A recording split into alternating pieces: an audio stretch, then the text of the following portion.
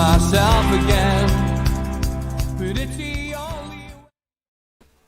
Good evening and welcome to NUFC Matters with me, Steve Wraith. It is Tuesday night. I haven't tripped myself up and I haven't tripped you guys up either. It's ladies' night, but it's on a Tuesday thanks to Newcastle playing on a Monday. So it's good evening to Kendall, to Sav, to Samantha and to Katie. And we've decided off air, and Kendall's idea, we're just going to talk about knitting and cake making and I don't know, anything but football tonight because we're just so absolutely pissed off, aren't we, really, about Newcastle United. I think there's no other way to describe it. And Kendall, it's very apt you are next to me tonight on the screen because you went off on a right rant last night. You did a Steve Hasty, a Steve Wraith and a Katie all in one last night on your own YouTube channel, which people should subscribe to. Tell us how you're feeling the morning after the night before. Well, I feel worse because I was expecting to wake up to, club statement. Steve Bruce has left the club by mutual consent, and we didn't. It is now, 7:30, so it's still not happening. So, I've let it go that it's not happening anytime soon again today. So, just got to make like Elsa, let it go, because, nothing's going to change anytime soon at this point. How late were you there? Yeah, I mean, look. Let's look at it in the cold light of day. I'll try and play devil's advocate. We'll go to Arsenal. We don't expect anything down there. Mikel Arteta's never lost a game against Newcastle in 9 games as a player, as a manager. Newcastle haven't won down there since 2010. We just lost down there in the FA Cup, albeit a far narrower game than last night. But going to Arsenal tends to end up with 0 points. So what was it that made you want to rant as much as you did last night? It just got too much. Watching that game was just too much. Like, just even from the beginning, he was like, oh, gloves are off. Even before the game, was gloves are off. I've let the players be comfortable, and now it's time to, instill my way. I'm thinking, you've been manager of the club for 18 months, and you've let the players do what they want. Is that normal behaviour? Because I don't think it is for a start. That's very strange, Steve, but okay. I'll let you just have the benefit of the doubt, because I said I'll not say anything about the lineup till, the game finishes. Or, well, starts, because, started well, didn't it? So, then I just looked back four, okay, fair enough. I think we've all said fair enough, back four will probably be better. But then he goes and puts Kraft in a back four.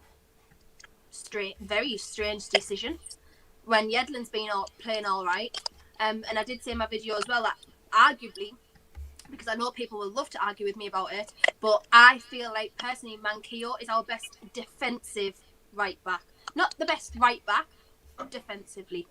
Albeit he hasn't played for a while, so that's fine. But I would have had Yedlin in there. Second of all, Jamal Lewis comes back into the squad. And how many times have we said on this show, Jamal Lewis's defensive awareness is very quite low for a flat. If you want to play a flat left back, in a back four. So he goes and puts Jamal Lewis in there. Another odd decision. And then obviously Joe Linton plays on the left. So with Jamal Lewis and Joe Linton on the left, you're looking a bit dodgy already there. Carroll and Wilson, I was fine with Carroll and Wilson playing up front together because that's what I wanted originally. And then I thought Murphy should have probably been on. Really? Could I go on? Yeah. Anymore. And then obviously we played like that, and it was just like I don't even actually know what to say about the game. And we knew that we could quite easily play them because we had in the FA Cup. It only took us to extra time. Extra time killed us off, and we only had one sub left in extra time in the FA Cup. So we knew that realistically we could give them a decent game. They haven't been good. They've been very poor. And yes, they've been on form recently. I think are they unbeaten in 5 or whatever. First time since 2012 or something like that.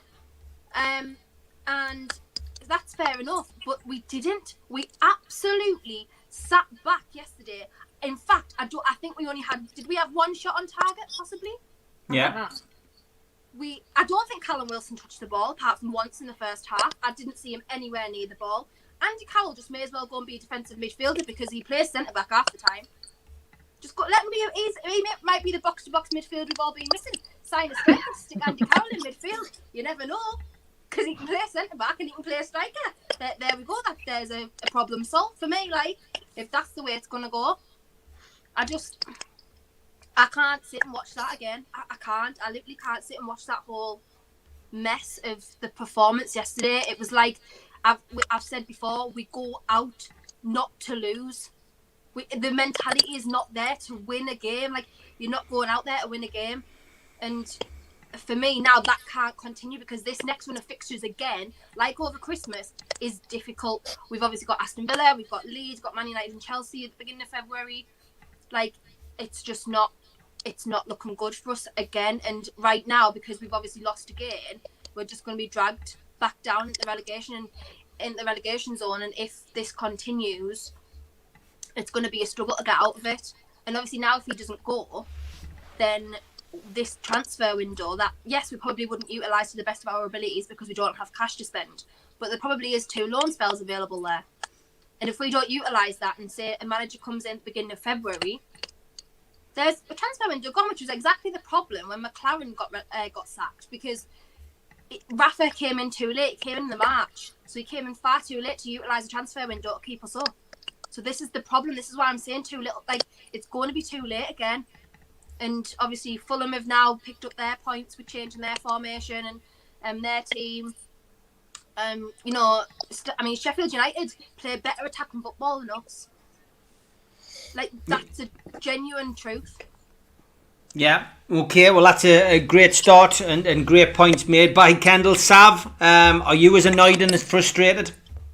Yeah, because I stuck a £5 on it because I just do that. I like throwing my money away. I thought, do you know what? I know they have had a bit of a good run of form, but they haven't been great.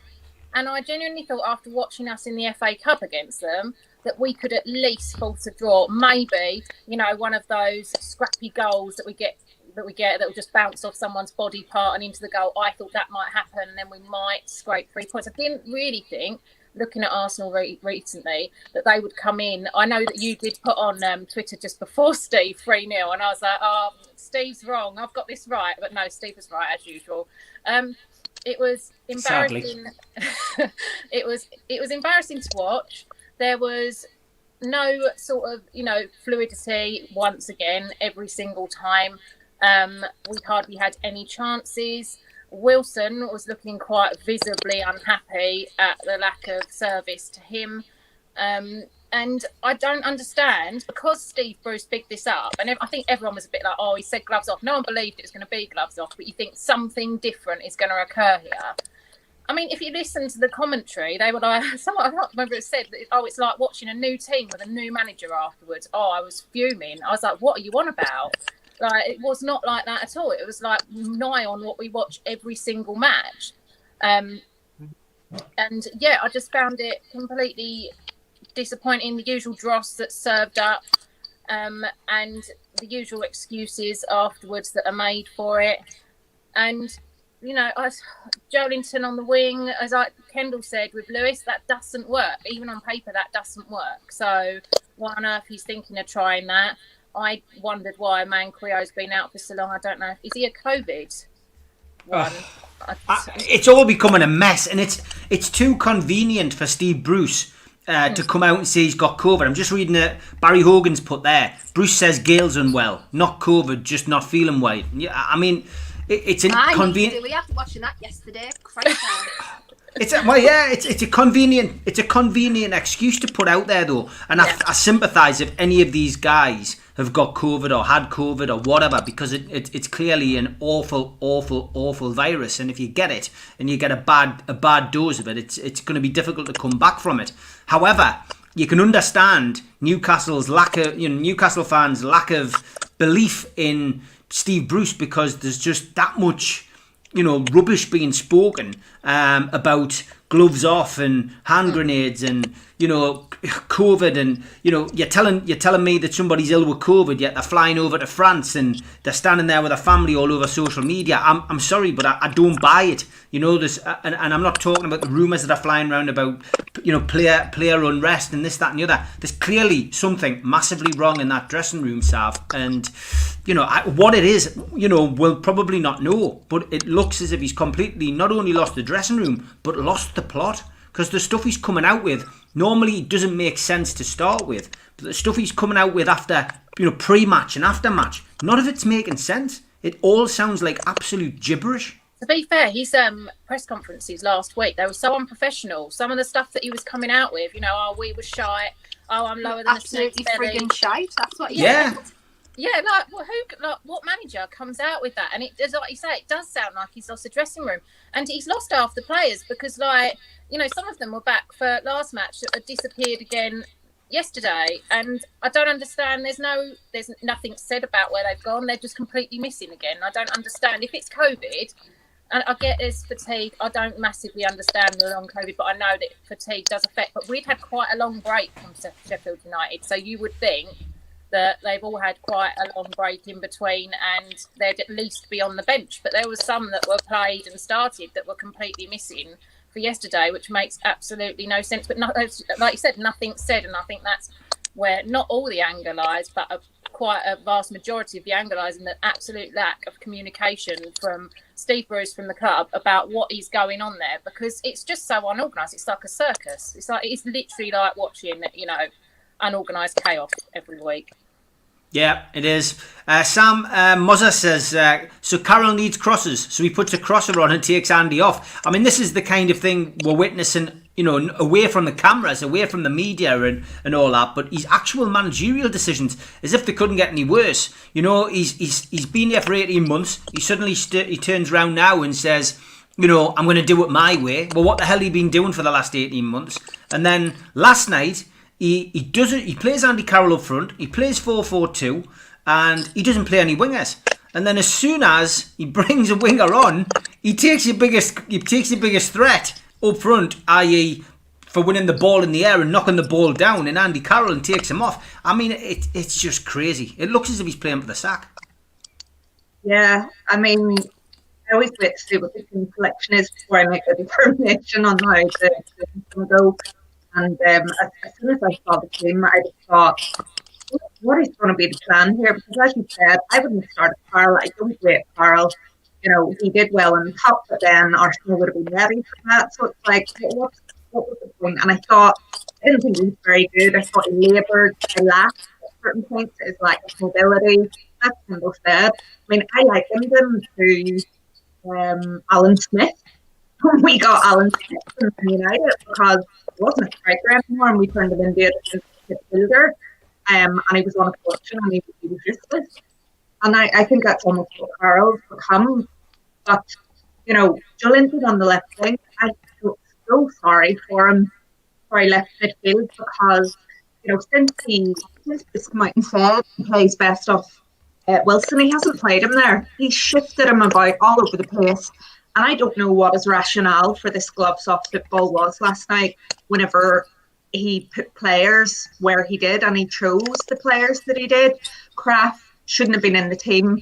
Lewis could have worked, but again, you know, Arsenal we've got a young team that are fighting for their manager at the minute.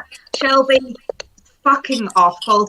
And those set pieces were an absolute embarrassment.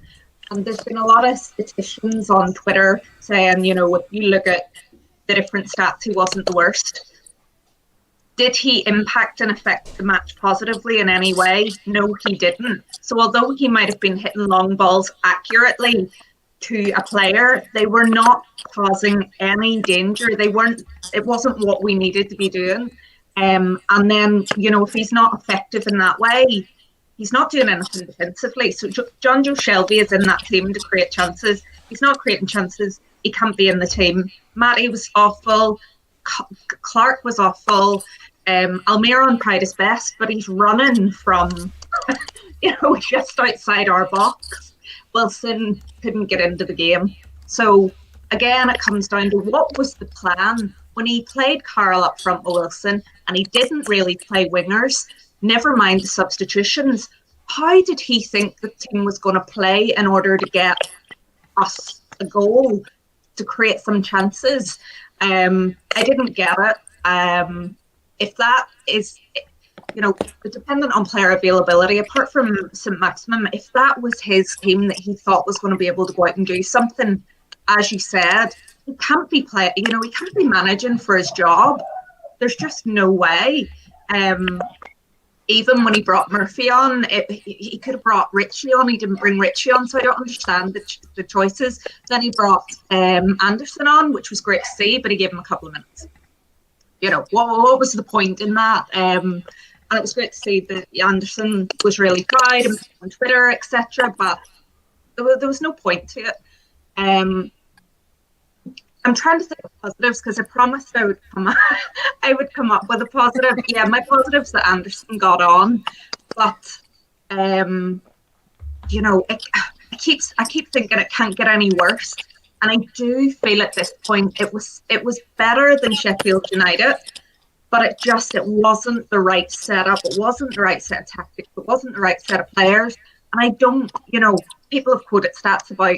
I think he's played 8 different variations of centre midfield partnerships, and he's played 7 different tactics.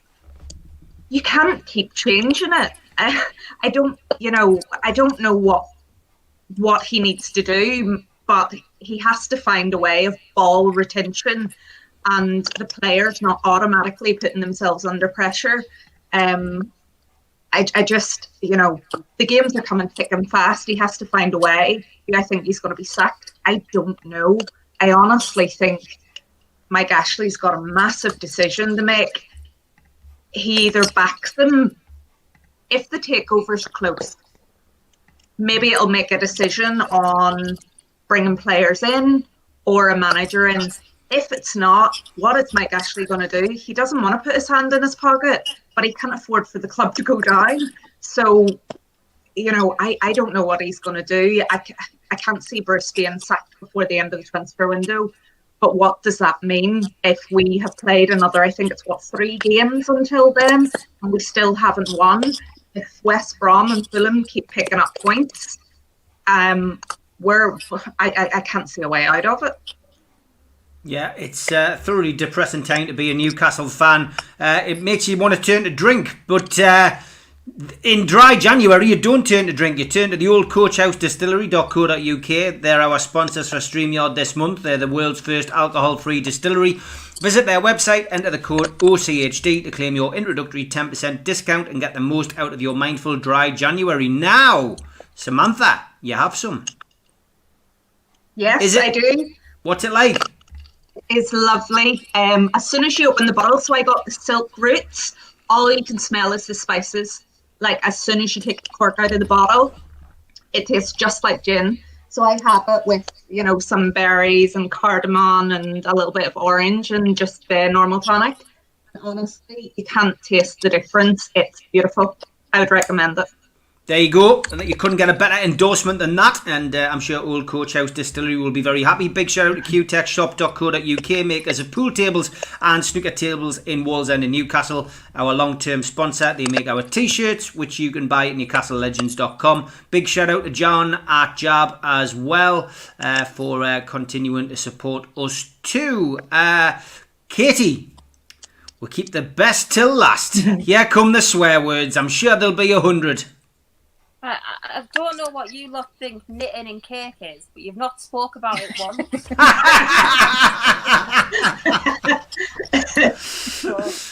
Okay, here we go, Katie. How nice was that little chat then, just about gin? That was nice. So nice, but now you've got to get on the jump wagon and enjoy your rant about Newcastle. Newcastle would just fuck off. Because it's just depressing as fucking shit. I missed the first 10 minutes because I was in the shop and I cleared the shop out of Ben & Jerry's and I was like, oh, if anything would happen, it'd happen in the first 10 minutes. And I wish I'd just stayed in the shop for the whole fucking game. It was fucking pathetic. Again, I decided not to watch Bruce anymore.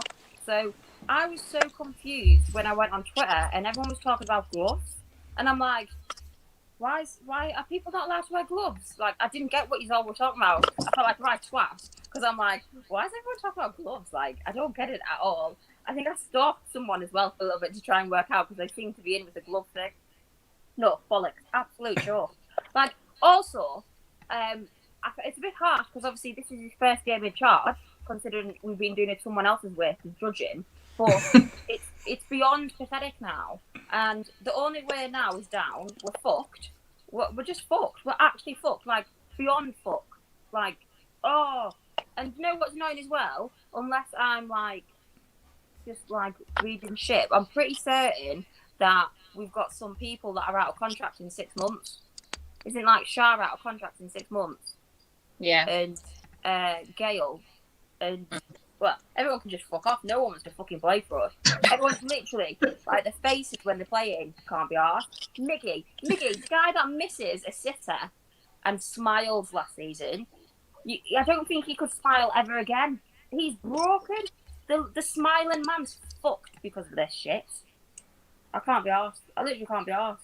It's so annoying. It's so annoying being a Newcastle fan. Like, I'm beyond annoyed. Like, I'd rather just, like, knitting. And I can't knit because I just put holes in shit. But I just don't know. I just don't know what to do. I don't know what to do. Can someone tell me what to do, please? Because I'm losing the will to live. Like, I'm literally losing the will to live. I do this thing every match, no matter what. I'll go, I'm not watching it anymore. I'm switching it off. And I can't switch it off. It's like I'm just addicted to it. I'm addicted to getting myself just wound up and just watching shit. I like, literally, if I don't like something that's on the telly that's normal, I'll just switch it off and I won't give a fuck. But no, I have to watch every single part of the Newcastle match, and then I have to watch the highlights, and then I've got to watch Match of the Day, because obviously I have to watch Match of the Day because of Alan, but he surely would understand if I don't want to watch it because of it. But it's an absolute show. Like, Arsenal, not people like Arsenal fucking shit. I had in the cup, I had people messaging us after the match, Arsenal fans. I've never spoken to any Arsenal fan apart from Sav. Sorry, Sav. To be fair. I never speak to Arsenal fans. And the messages, and they're all like, "Oh, don't. I feel really sorry for you.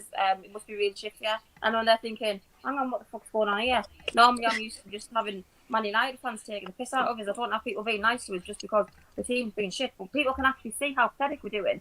And then, like last night again, straight away, honest, like, I'm really sorry. I don't know how you're going to survive. And I'm like, I don't know how I'm going to survive as a person, let alone the fucking club, because I can't keep watching this shit. And it's only going to get worse. And Villa are not far off from being fucking second. And it's just, why have you made us come on this show? Like, it's annoying now. I was alright before. I was tired. I thought, I'll try and convince them to do like a Q&A about something else. See if we can divert from this whole football malarkey that we are currently playing. But we're not playing football at all. We're going onto a pitch with the aim to get a draw or don't lose. Don't touch the ball, though, because obviously the ball's got some kind of, like, I don't know, maybe the ball's got COVID, because we don't want to keep hold of it. All we want to do is just give it away. I don't want to talk about football. Can we honestly not just talk about something else? Do you know what I want your opinion on, Katie? What did you think about Ryan Fraser's red card? I don't mean to wind you up anymore, but I just want to know. Well, you fucking... Well, I'm a stingy bitch. And I don't pay for anything, so I'm always a little bit behind. So I saw that it happened because I think Sam messaged me, just went, "Oh no, Katie," and I was like, "Oh, what do you mean, oh no, Katie? What have I done? I've done fucking nothing." I was like, "Oh no, this has to be the little man." And then I was like, it was stupid. It was absolutely ridiculous. But I felt like he was like channeling me. Like, he was just pissed off. He's like, I don't want to play football anymore, so fuck it, I'll just go get sent off. And then he was, to be fair, he was fucking lucky that he didn't have to play anymore in that match. It was just absolutely stupid. But I reckon he did it on purpose because he thought, do you know what? I've made a massive fucking mistake coming to this club, because this is not Newcastle United. I don't know what this is. This is like some kind of junior high school like team. But no, I can't blame him. If I'd have been on the pitch, I'd have done myself. To be fair, I probably wouldn't have moved. I would have stood there the whole time ranting at people because you can't play fucking football properly because you don't know what the fuck you're doing. Anyway. Did you not see Jack Grealish's comments about Steve Bruce's training sessions though? Yes. Where he said he just used to get them in a group and shut the ball in the middle and go on then. Like under Why nines is match. Piggy in the middle? Why doesn't that surprise us? It doesn't. It doesn't. Honestly, I can just so see that's what he does. Yeah, Tom Dixon says, Katie, you need to invest in a light or a lamp because he's struggling to see you. Right, the thing is these lot, I don't know about Sam, but these lot have got these ring lights. I can't use a ring light because I wear glasses, and I look like a twat if I have a ring light on because I've got bloody circles on my eyes. And then if I put the big light on, it's like fucking backlit illuminations, and they're down the road and pisses off anyway. So... to be fair, generally, I would be further closer to my lamp, but I've had 45 minutes sleep. I'm absolutely knackered. My eyes are stinging, and I can't be fucking half the light on. That's it. Fair enough. There you go, Tom. There you go, Tom. There's your answer, mate. Just to let you know, we still have this up. It'll be finished for bidding at about 8:15. John from Q-Tech will keep an eye on that for us. It's the Jump Wagon t-shirt, so all funds raised go to the food bank. So last chance to bid on that. I think it was at about £40 last time I heard, but it might have changed considerably. So have a check on that. Let's talk Mark Hughes. That's a name that's been mentioned, Kendall. Would you welcome Mark Hughes to the club with open arms if Steve Bruce got the bullet tomorrow? It's like choosing. Right, I'm going to give you an analogy that people aren't going to like, but this is what I'm going to... It's literally like choosing whether you want the McCanns or like Joseph Fritzl or look after your bairns. Fucking hell, man. That's what it's like. It's a new one. I've not heard that one. I've heard a couple of alternatives, but that's definitely new. Isn't it though? It's like, would you want shit or shit? Mm-hmm. I've gone for shit and shit, but our man, that's a bit. So you do not want Mark Hughes as manager. What's the actual point? Well, he did go into Man City before they got taken over, so there could be some kind of, some kind of like omen, as in like he goes into a club before they get taken over. And remember, he got Robinho. With all the conspiracy theories that goes around Twitter, blooming hell, don't start that one off because we'll not be able to handle it. Yeah, so simple answer to a simple question. No, you don't want him. Sav, is there anything positive about Mark Hughes looking to get back into football and potentially hanging around Newcastle's suggestions like a bad smell? I mean, if there is some sort of omen, then maybe. I hadn't thought of it that way, which is why you shouldn't start these sort of things. But I agree with Kendall. I kind of think, you know what, Steve Bruce is shit, but then maybe it's better the devil you know than the devil you don't. Sort of situation. And I think if the takeover is looming and it is going to happen, maybe that is the reason why Steve Bruce is still in the job that he's in, and just leave him there for a bit to take his gloves off, put them on, do whatever he wants, and then hopefully in the not too distant future he can just be quietly shipped out the door, off into retirement to do his oil painting or whatever the elderly do, in the daytime, and he'll have good fun at that. I don't hate him, and like the abuse that he gets, like, oh god, people putting death wishes out about him, it was actually making me feel really uncomfortable. I don't hate him, he's just not very good at what he does, and fair enough to him. He's sticking there because he wants his paycheck at the end of the day, and I don't think he's there's no fans in the stadium. Makes sense for him to stay as long as he possibly can. And but like I said, there's probably a reason behind that. But yeah, I'd probably stick with what's there for now. But I wouldn't want him. Okay. John asks you, he says, do I have any contacts with journalists who can put questions to Steve Bruce at a press conference? John, I do. I have lots of contacts with journalists. However, the problem the journalists have got now is with COVID, they can't actually get to a press conference to see Steve Bruce. So what they have to do is they have to do it digitally, like we do this show, which means that Steve Bruce really can, play around with technology. I didn't quite hear that. or you can just move on, or you can talk over the top of people, because technology, unfortunately, isn't as advanced where you can have like a conversation without really, messing the sound up or not quite hearing. It's not working, mate, and that's the biggest complaint the journalists have at the moment. They can't ask those serious questions, which a lot of people want answers to, and unfortunately, it's very easy to swerve, questions and answer sessions. So that's the answer to that. Samantha, just Mark Hughes, really, just a brief one on that. Yeah, so whenever the news broke yesterday, I was horrified by the very thought of it. Watched the performance last night and thought, you know what? I don't want my club to get relegated. I don't want to go down. Same as Sav said, if the takeover's coming, if it's going to be here March, April time, then you hang on, because you hope you're going to claw together some points, and then, we can give them a handshake, get rid of them, make changes. It's all positive.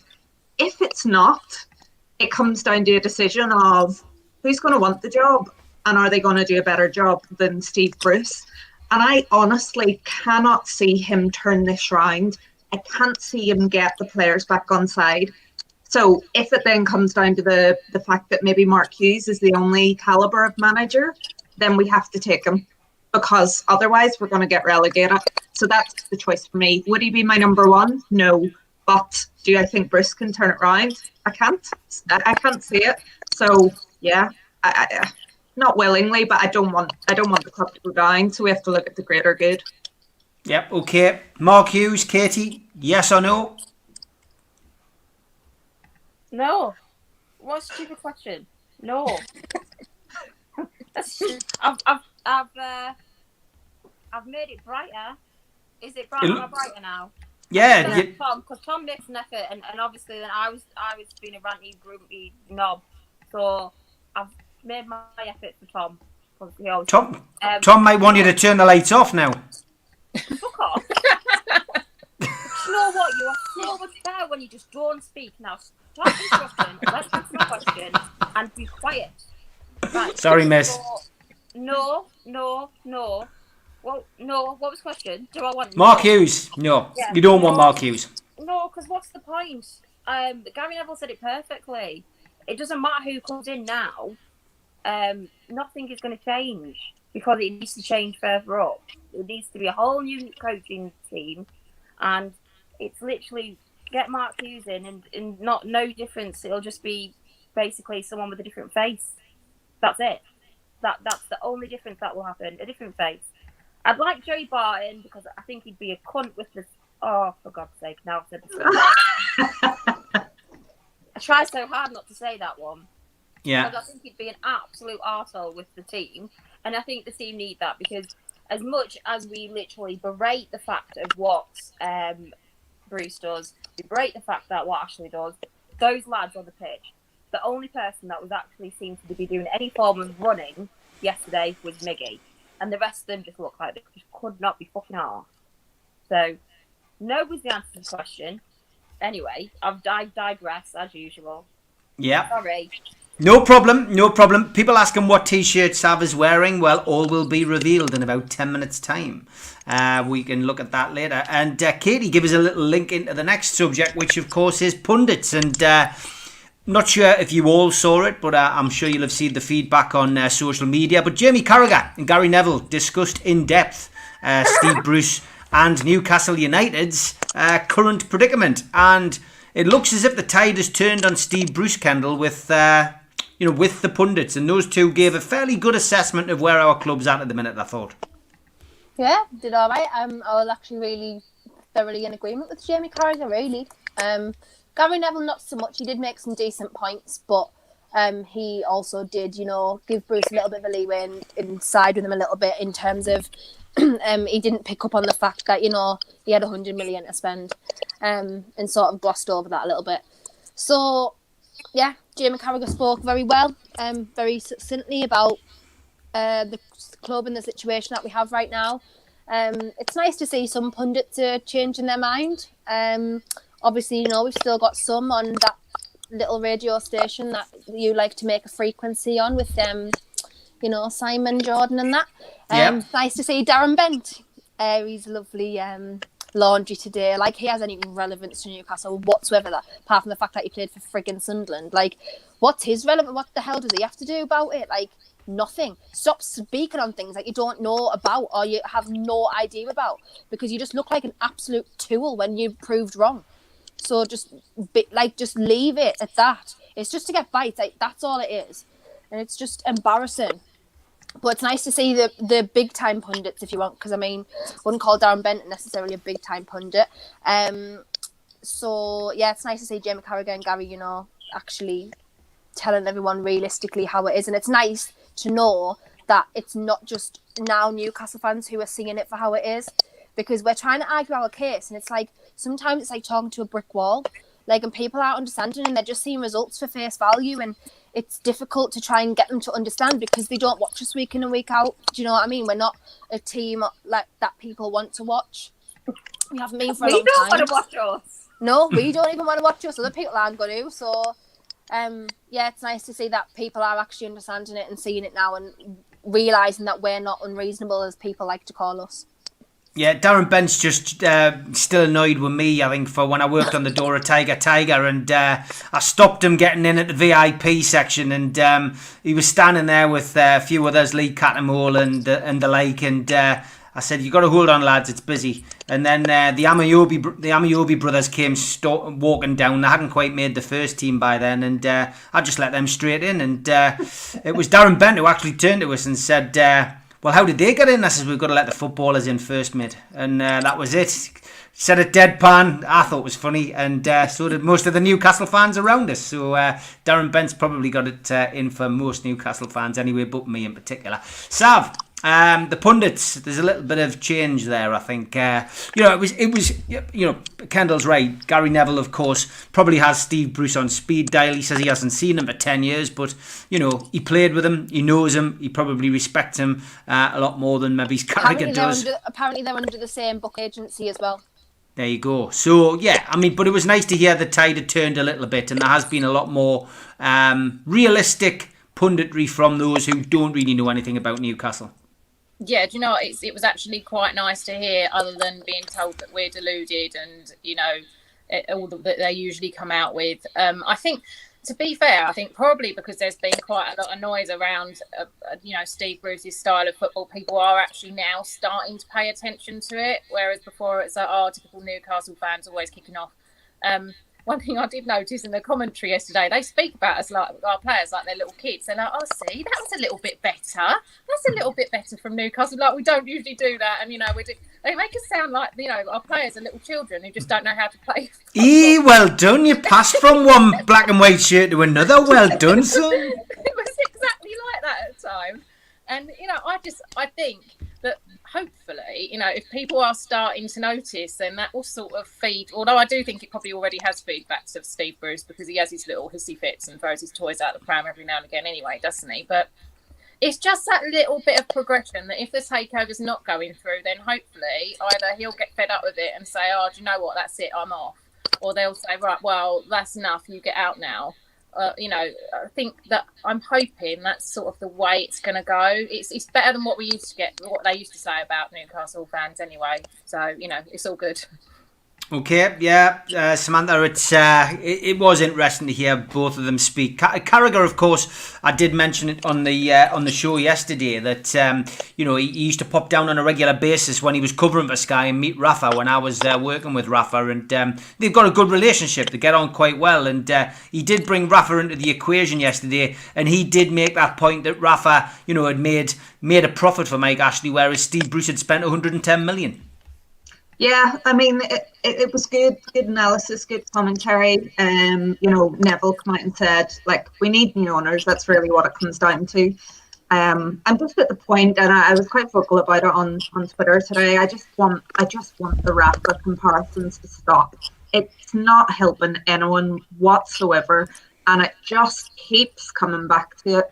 I don't know if anyone heard Simon Jordan talking about Newcastle today. If you haven't, please have a listen to it. My favourite part was when he said that if Andy Carroll was a horse, you would take him out and shoot him. And He actually said that on Talk Sport. I was absolutely gobsmacked. He got he went through the team player by player and gave an assessment of them. And Carl got the worst of it. So yeah, they're changing their tune, but but there's still those phrases coming out, what are our expectations? We want attacking football. No, we don't. We want our players to be able to pass the ball to each other, to be able to throw the ball to each other. For the goalkeeper, do not have to make 16 saves a match. I find those the lowest of expectations, yet we have high expectations. So, I mean, it's good that the analysis is out there, but to be honest, I'm at the point now where I just don't want to hear anything about it. I want to go into Katie land where I just, I block it all out. And, when match day rolls round, I watch all the highlights, game, everything, and then I go back to blocking it out again, because this circus will continue until something breaks. And hopefully it's, a change at the top. But I'm just sick of listening to everyone have an opinion and telling us that our opinion is irrelevant, or our expectations are just high. Yeah, fair enough, Katie. Pundits, it has been a bit more refreshing, but usually they haven't got a clue what they're talking about. No. Do you know what though? Gary Neville won it for me, because I didn't really listen to them. I kind of just stared at them afterwards, and I was too busy debating whether I should have had my second tub of Ben & Jerry's right after the match, or I should wait until later. So after the match, I didn't really have a clue what it is.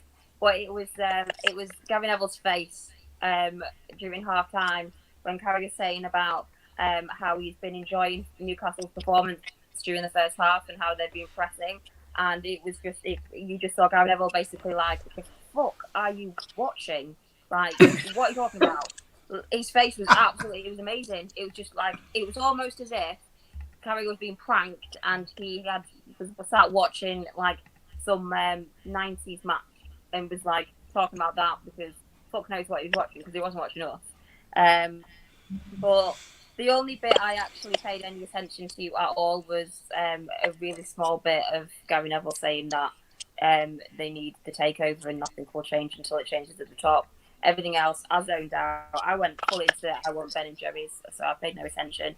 Sav's right. They will have other opinions because they don't watch us all the time. Kendall's right. No one wants to watch us. I don't want to watch us.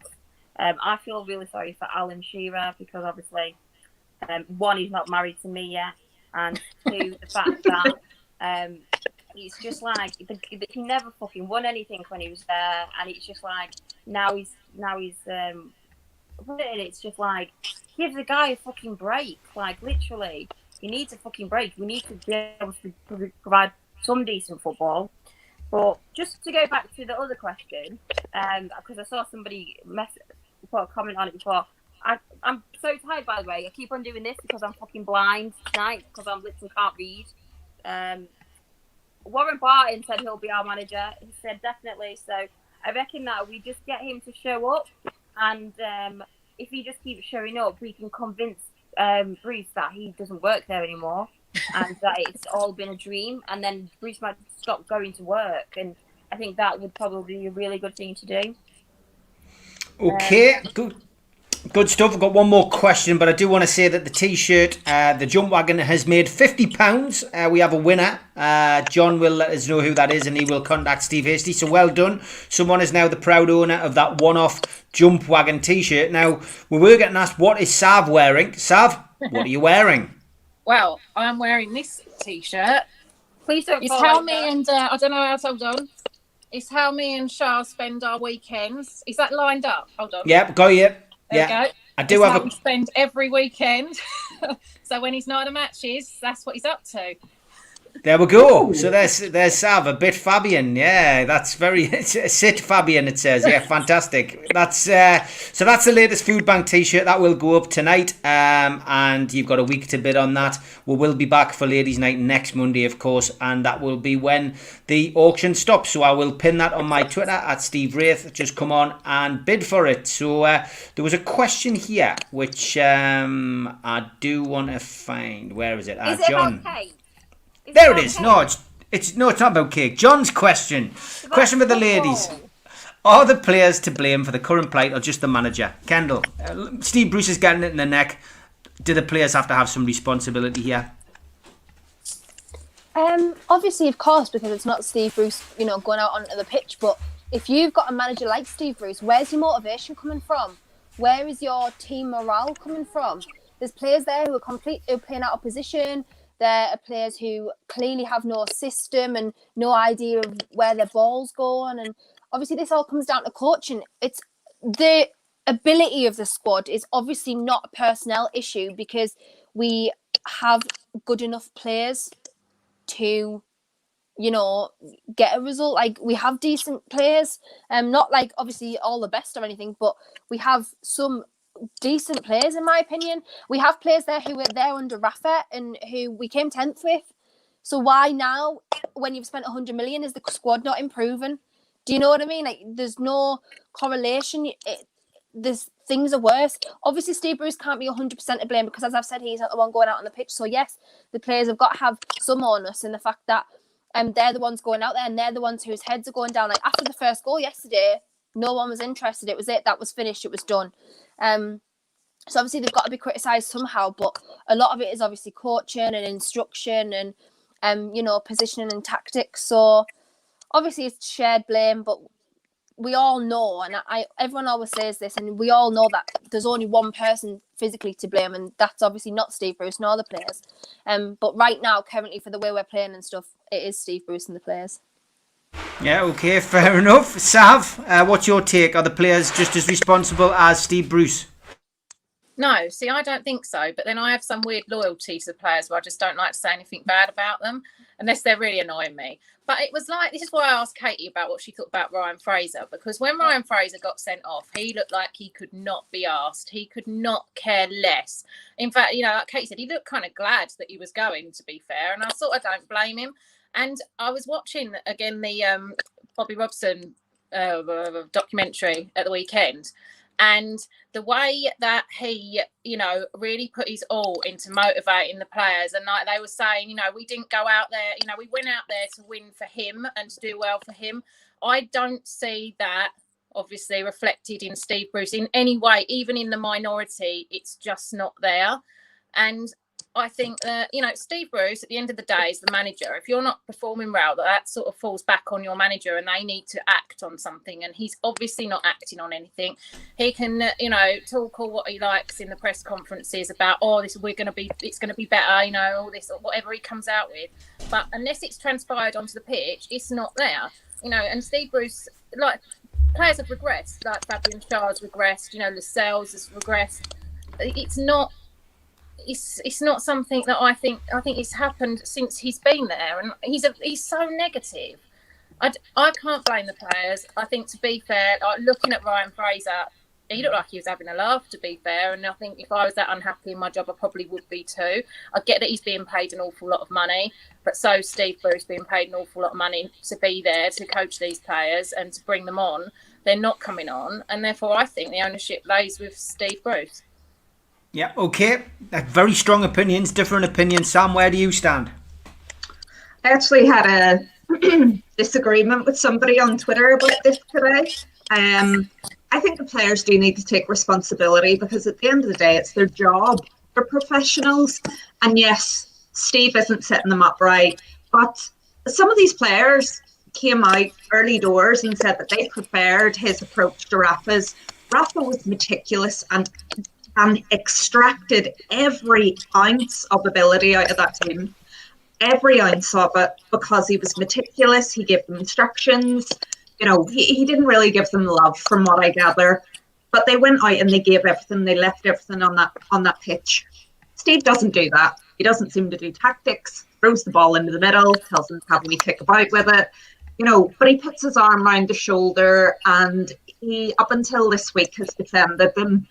So, they have to take responsibility as professionals to do everything that they can. And yes, tactically they may be restricted, but I just don't get any passion coming through from them. And sports people generally motivate themselves unless they're the wrong personality. And I think a lot of these players have the wrong personality. So when the chips are down and we're in a really difficult position, they're not going to motivate themselves. Therefore, the coach or coaching team need to do it. And that's where the struggle is, or the captain needs to get involved. But I feel like Lascelles is part of the problem, because we've talked about it so often, going back to that championship season and how he called everyone out and he got everyone together and he drove them. And we said, well, that is him. Is it? Actually, somebody on Twitter said earlier, maybe that was the anomaly. Maybe that was a one-off occurrence, and that's actually not him. So you have then Shelby as your backup. Jesus Christ, what would you do for John Joe Shelby? He does nothing for you. And these are the people that you're giving the armband to and expecting them to drive your team to deliver. So I think we have a problem in mentality in the squad. And I think Bruce's management isn't good enough. But you can't leave it all on Bruce, because these players need to have respect in what they're doing. But some of the, they're just coming out and saying, we need to do better. Lascelles yesterday, we need to go back to the drawing board. 19 games in, what else do you need to do? I've heard, I feel like they need to have a fight. I feel like there needs to be another Dublin incident. Something has to give in that squad to get us back to where we need to be. And I just feel like, there's no desire to fix it and have it out and tell the people that are being shit and collecting a fortune. That's not good enough. Has anyone called Ryan Fraser out? He's on 70 grand. He's barely been fit in a year. So he's picking up his wage, and when he gets a chance, and I don't think he should have played because he wasn't fit, did anybody fucking drive him into the wall and ask him what he was doing? Probably not. Probably, he's only going to be out for a game.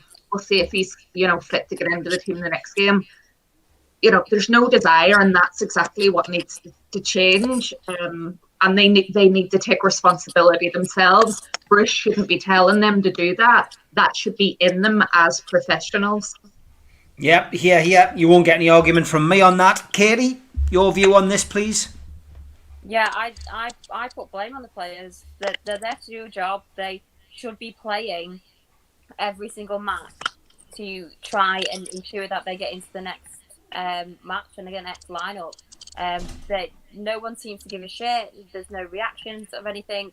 There is no captain. We just have someone who wears an armband. You cannot tell at all that we have a captain. Everyone just seems to be a case of, oh well, we'll do better next time. No, you need to be pissed off. You need to be like Charles was that day when he was going mentally on his post-match interview.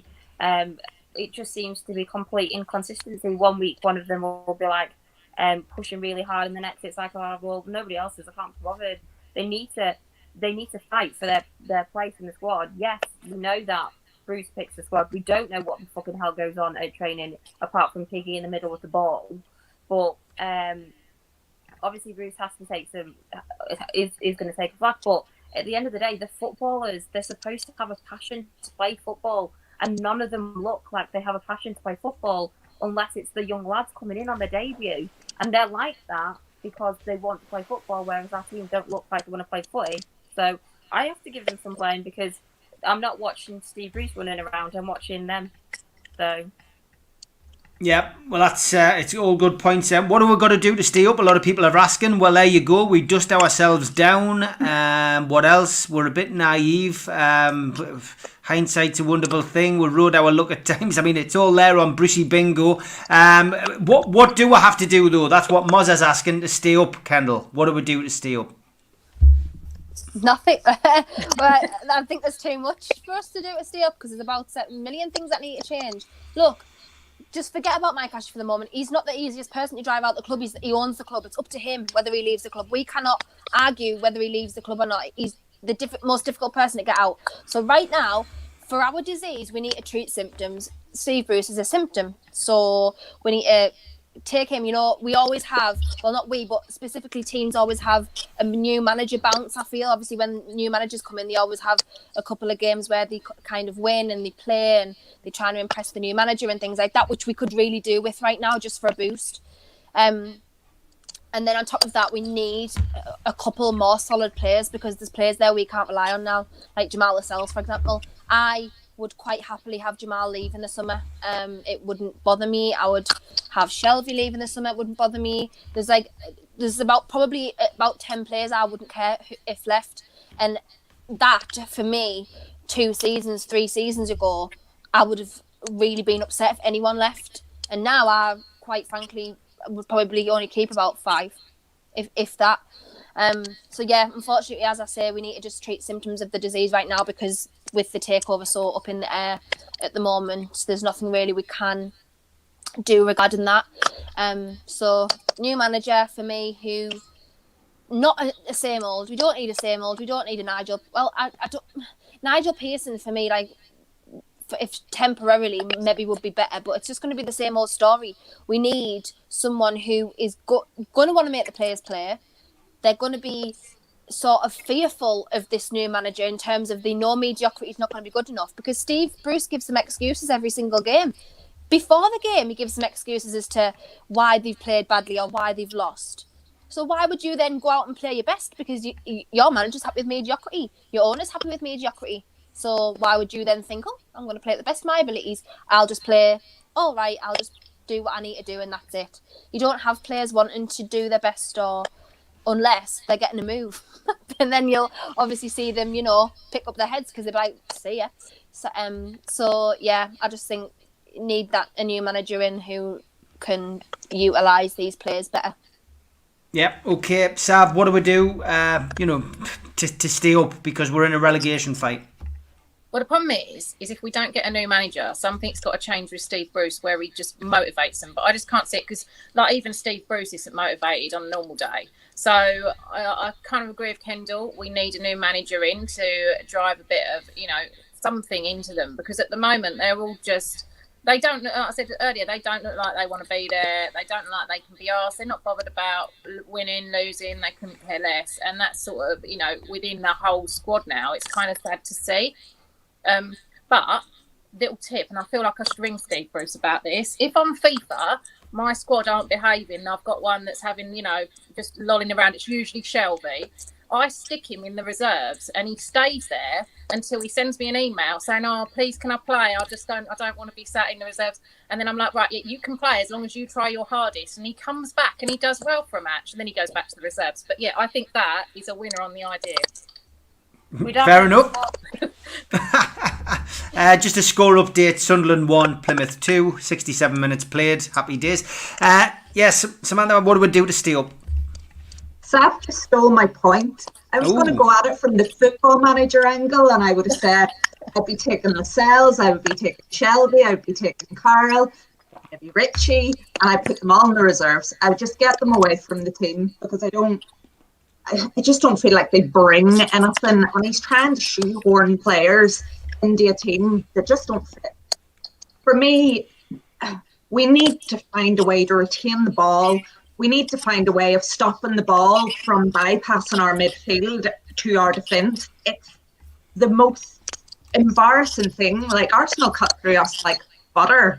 I think we need a 5 in midfield. I would go 4-5-1 and wingers, actual wingers, proper wingers, pace. And I would have Dubravka back in nets. And, I've been saying this for weeks and weeks, and people have argued with me and they've said, but he hasn't done anything wrong. And I completely appreciate that. But sometimes you don't need to do something wrong for somebody else to have more of an impact on the team and be brought in. And Darlow's distribution was shit last night. And that invites pressure back onto us. And Dubravka has better distribution. I said it last night. I don't hear Carl Darlow. Whereas in the cup match, and it could have been the BBC coverage, I heard Dubravka shouting, talking, and he comes off his line and he tries to come out and you know, take the box. It needs to start from the back, and we just need to stop playing players that don't deserve to play and not play them in the wrong positions. But I think we need to get control of the midfield, and I think, you know, he's been setting up defensively not to concede, but he's not doing it in the right way because he's doing a back five low block and we can't defend. How about we try and stop the source and we try and block the midfield, and then hope that if they still manage to kind of get through the lines, that the defence step up and do their job. I think that's the only thing that we can do aside, you know, if we change the manager, we change the manager, and I think new manager bounce will get us a couple of wins. And I think we only need, you know, four or 5 wins, couple of draws. But if there's no manager change, he just needs to stop the ball coming at us like we're playing ping pong. Yep, fair enough. Katie, last one to you. Just, you know, what do we do to stay away from the relegation battle and stay up? Score some fucking goals. The end. That was such a Michael Owen-esque comment, wasn't it? Like, we just got to score one more than the other team. We've got to actually know where the goal is and score some fucking goals, and not in our own fucking goal. That's it. That's all we've got to do to stay up. But we can't play football to a foot. So yeah, score fucking goals and keep hold of the fucking ball. Simple. That's it. Now I'm finished. I'm done. I don't want to talk about football anymore ever again. If you want to talk about football, I will be back tomorrow, of course, with Liam Kennedy. It's slightly out of sync because Newcastle played Arsenal at the weekend. But Liam, of course, from the Shields Gazette will be joining me tomorrow night, 6 o'clock till 7. And then, of course, don't forget, Daz, Chris and Martin are starting their own little project on the channel. I'm not involved in it. Loaded Football Weekly starts tomorrow night at 9 o'clock, and that is a show not about Newcastle. It's a show about football in general, and they're promising us lots of new stuff on there. It's an hour-long show, and that will be 9 o'clock until 10 o'clock tomorrow night. So look forward to that, and ladies, let's hope the next 7 days is a little bit happier and we can all be in a bit of a brighter mood next week. But for now, we agree that if we ever play on Monday again, that we'll just do the show anyway and just ignore us. Ignore the fact that we're playing, because I think that's what we should have done yesterday. Brilliant, good suggestion. And if you want to check out Kendall, what's your YouTube page, Kendall? Just Kendall Rowan, you'll find me on there somewhere ranting about Bruce likely. Good stuff. Well, let Samantha get back to her gin. Ladies, see you next week. Take care. Good night. Bye.